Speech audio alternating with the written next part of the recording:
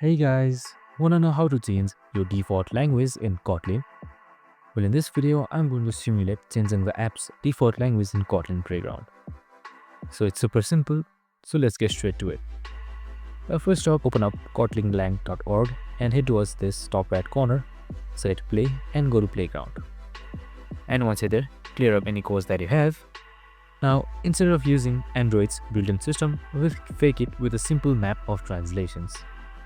Now just simply type in this code that is written on the screen right here. And this is how you easily translate or change your language in Kotlin.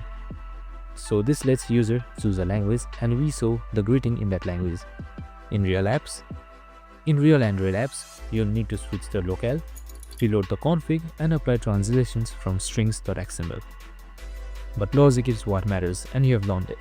Now you can apply it and run it. I hope this video helped. If it did, make sure to like, subscribe and tune in with us for more of these videos. See you in the next one.